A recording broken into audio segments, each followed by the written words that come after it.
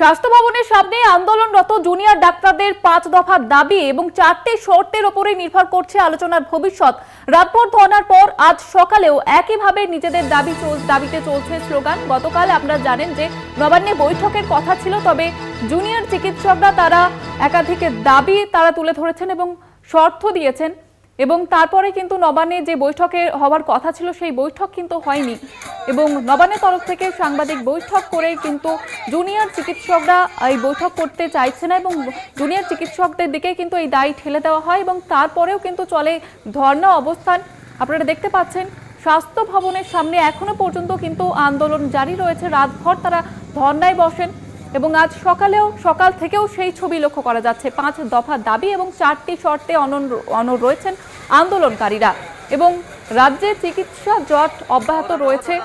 রাজ্যের তরফ থেকে দাবি করা হচ্ছে, নবান্নের তরফ থেকে দাবি করা হচ্ছে যে আলোচনায় আসতে চাইছে না জুনিয়র চিকিৎসকরা তথা আন্দোলনকারীরা এবং আন্দোলনকারীদের যেমনটা অভিযোগ যে তাদের যে দাবিগুলি রয়েছে 5 দফা দাবি, অর্থাৎ মুখ্যমন্ত্রীর উপস্থিতিতে এই বৈঠক করা এবং বৈঠকের লাইভ স্ট্রিমিং, অন্যদিকে যে সমস্ত তারা একাধিক শর্ত রেখেছেন সেই শর্তগুলি না মানা হলে তারা আলোচনায় বসবে না, এমনটাই তারা জানিয়ে দিয়েছেন গতকালই স্পষ্টভাবে এবং আজ সকাল থেকেও কিন্তু একই ছবি ধরা পড়ছে। আমাদের সঙ্গে রয়েছে প্রতিনিধি সত্যসুন্দর ভট্টাচার্য। সত্যসুন্দর, গতকালও আমরা যেমনটা দেখেছি যে বৈঠক করার কথা ছিল কিন্তু সেই বৈঠক কিন্তু হয়নি, এখনো পর্যন্ত তারা তাদের দাবি এবং যে শর্তগুলি রেখেছে সেই দাবিগুলিতে অনড় রয়েছে। কি বলছেন তারা এখনো পর্যন্ত?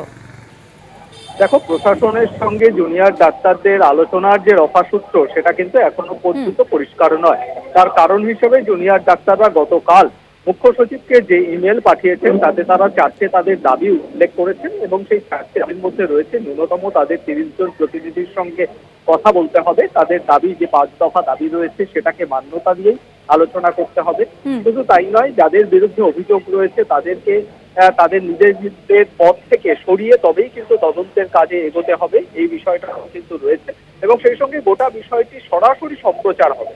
তাদের এই দাবিগুলো, অর্থাৎ তাদের যে 4টি দাবি তারা উল্লেখ করেছেন ইমেলে, সেই দাবি অনুযায়ী যদি ব্যবস্থা নেওয়া না হয় বা সেই দাবিকে যদি মান্যতা দেওয়া না হয় তাহলে কোনোভাবেই কিন্তু আলোচনার ক্ষেত্র প্রস্তুত নয়, এমনটাই কিন্তু জানিয়ে দিয়েছেন জুনিয়র চিকিৎসকেরা।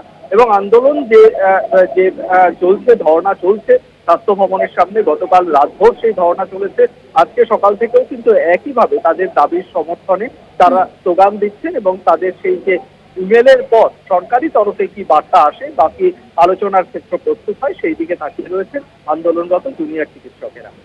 ধন্যবাদ জানাবো সত্যসুন্দর। আমাদের সঙ্গে ছিলেন প্রতিনিধি সত্যসুন্দর ভট্টাচার্য। যেমনটা আপনাদের জানাচ্ছিলাম, স্বাস্থ্য ভবনের সামনে জুনিয়র ডাক্তারদের আন্দোলন জারি রয়েছে এবং তাদের একটাই দাবি যে তাদের যে দাবিগুলি রয়েছে এবং যে শর্তগুলি রয়েছে সেইগুলি মানলেই কিন্তু তারা এই বৈঠকে বসবেন। আন্দোলনরত চিকিৎসকদের তরফ থেকে ডক্টর কিঞ্জল নন্দ তিনি কি জানিয়েছেন এই বিষয়ে শুনুন। এটা শর্ত ঠিক নয়, এটা অনুরোধ বলতে পারেন, রিকোয়েস্ট বলতে পারেন। যদি শর্ত বলেন তাহলে শর্ত। অবভিয়াসলি আমাদের যে 5 দফা দাবি সেই দাবিগুলো নিয়ে আলোচনা করতে হবে এবং লাইভ স্ট্রিমিং করতে হবে এবং অন্ততপক্ষে 30 জন আমাদের অ্যালাউ করতে হবে, কারণ আন্দোলনটা শুধুমাত্র কয়েকটা মুষ্টিমেয় কলেজের নয়, আন্দোলনটা সমস্ত মেডিকেল কলেজের, সর্বোপরি সমগ্র মানুষের আন্দোলন। না, কোনো রাজনৈতিক কারণ নেই। এখানে যে সমস্ত মানুষজনকে দেখছেন তারা মনুষ্যত্বের জায়গা থেকে এখানে দাঁড়িয়ে আছে, মনুষ্যত্বের উপরে কিছু থাকবে না এটা আমার মনে হয়। প্রত্যেকের একটা রাজনৈতিক রং আছে, প্রত্যেকেই একটি রাজনীতিতে বিলং করে, রাজনীতি বাদ দিয়ে কোনো মানুষ হয় না, এটা একদম সত্যি কথা। মানে তার জন্য কোনো পতাকা নিয়ে রং নিয়ে দাঁড়াতে হবে তার কোনো মানে নেই, কিন্তু এই সব কিছুর পেছনে দাঁড়িয়ে মনুষ্যত্ব বলে একটি ব্যাপার আছে, সেই মনুষ্যত্বের জায়গা থেকে, অধিকারের জায়গা থেকে মানুষজন রাস্তায় এসছেন, এর মধ্যে কোনো রাজনীতি নেই। ঠিক যেইভাবেই আমাদের ধর্ণা চলছে সেইভাবেই চলবে যতক্ষণ না আমাদের কোনো রকম কোনো কথা দাবি মানা হচ্ছে।